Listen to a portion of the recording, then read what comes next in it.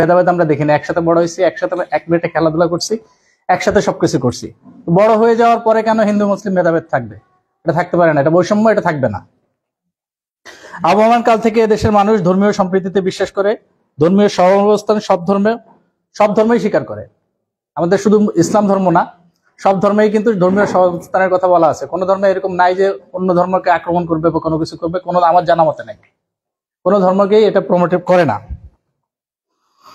আমাদেরকে কিছু গুজব থেকে বেঁচে থাকতে হবে। যারা এই যে আমি বললাম যে মসজিদ ভাঙে হিন্দু না, মন্দির ভাঙে মুসলিম না, তাহলে কারা তারা সন্ত্রাসী, দুষ্কৃতিকারী, এবং এরাই গুজব সৃষ্টি করে, এরাই মুসলিমের নামে দোষ দেয়, এরাই হিন্দুদের নামে দোষ দেয়। আমাদের এই গুজব থেকে বেঁচে থাকতে হবে। আর গুজব থেকে আমরা বেঁচে থাকবো। আমরা গুজব ছড়াতে দিব না। গুজব হলে আমরা যাচাই করব। যাচাই করার জন্য প্রশাসন আছে, জনপ্রতিনিধিতা আছে, যার যার ধর্মের লোকজন, দায়িত্বশীল লোকজন আছে। এখানে দায়িত্বশীল একটা আচরণ করতে হবে সবাইকে। কোনটা গুজব আর কোনটা প্রকৃত জিনিস যদি কোনো কিছু ঘটে থাকে, সেজন্য প্রশাসন আছে। প্রশাসন শক্ত হাতে সেটা ব্যবস্থা নিবে। প্রশাসনের উপর আপনাদেরকে আস্থা রাখতে হবে। ঘোলা পানিতে মাছ শিকার করতে চায় অনেকে। ঘোলা পানিতে মাছ শিকার করতে দেওয়া যাবে না।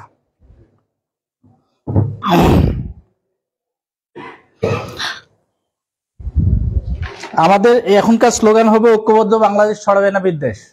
আমরা কোনো বিদ্বেষ ছড়াতে দিব না। ধর্মীয় সম্প্রীতিতে আমরা বিশ্বাস করি, আমরা ধর্মীয় সহানুভূতিতে বিশ্বাস করি। এখানে যারা বক্তব্য দিচ্ছেন তাদের মধ্যে আমি যে বক্তব্যের আলোকে যেটা পেয়েছি সেটা হচ্ছে, তারা কোনোভাবেই এই দেশে ধর্মীয় উস্কানিমূলক কোনো কিছুর ভিত্তিতে কোনো ধরনের জাতিগত সংঘাত, ধর্মীয় সংঘাত হতে দেবেন না। সেই ব্যাপারে তারা সকলেই একমত। সুতরাং এই দেশে যাতে ধর্মীয় সম্প্রীতি বজায় থাকে, যাতে ধর্মীয় সহানুভূতি, সহনশীলতা বজায় থাকে, সেই লক্ষ্যে যার যার অবস্থান থেকে আমরা কাজ করব।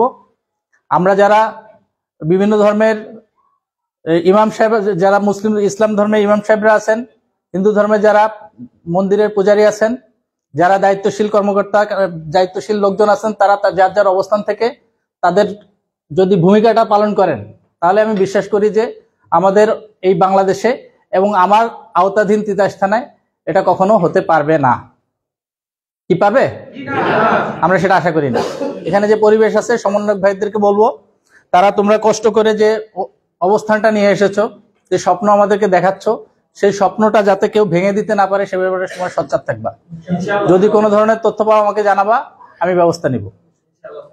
আপনারা সকল ধর্মের নেতৃবৃন্দের কাছে অনুরোধ করছি, আপনাদের কাছে এই ধরনের যদি কোনো তথ্য থাকে আপনারা জানাবেন, আমরা ব্যবস্থা নিব। কোনো সন্ত্রাসী কোনো ধর্মের হতে পারে না, কোনো সন্ত্রাসী কোনো বর্ণের হতে পারে না। সন্ত্রাসী, তার পরিচয় সে সন্ত্রাসী, সে ধর্মীয় কোনো কিছু না।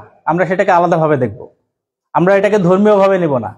একজন হিন্দু বা একজন মুসলিমের মধ্যে পাশাপাশি থাকলে দুই একটা কথাবার্তা কাটাকাটি হতেই পারে, কিন্তু সেটাকে আমরা দলীয়ভাবে বা ধর্মীয়ভাবে নেব না, সেটাকে আমরা রাজনৈতিকভাবে নেব না।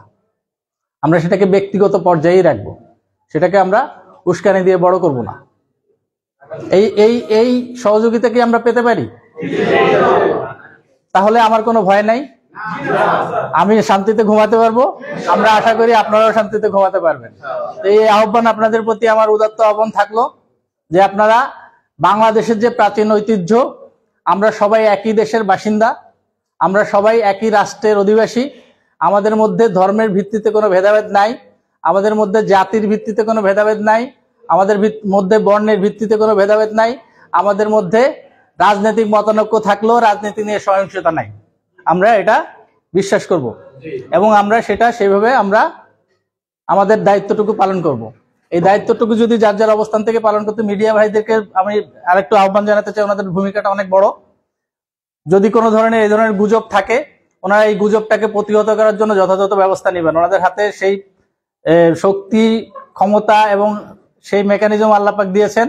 আমরা আশা করব যে ওনারা গুজবের বিষয়গুলা দায়িত্বশীলতার সাথে শেয়ার বলেন বা প্রচার বলেন, সেই জিনিসগুলো দায়িত্বশীলতার সাথে করবেন এবং দায়িত্বশীল আচরণ করবেন এবং আমাদের কাছ থেকে নিশ্চিত হবেন যে কোন বিষয়টা গুজব, কোন বিষয়টা নয়।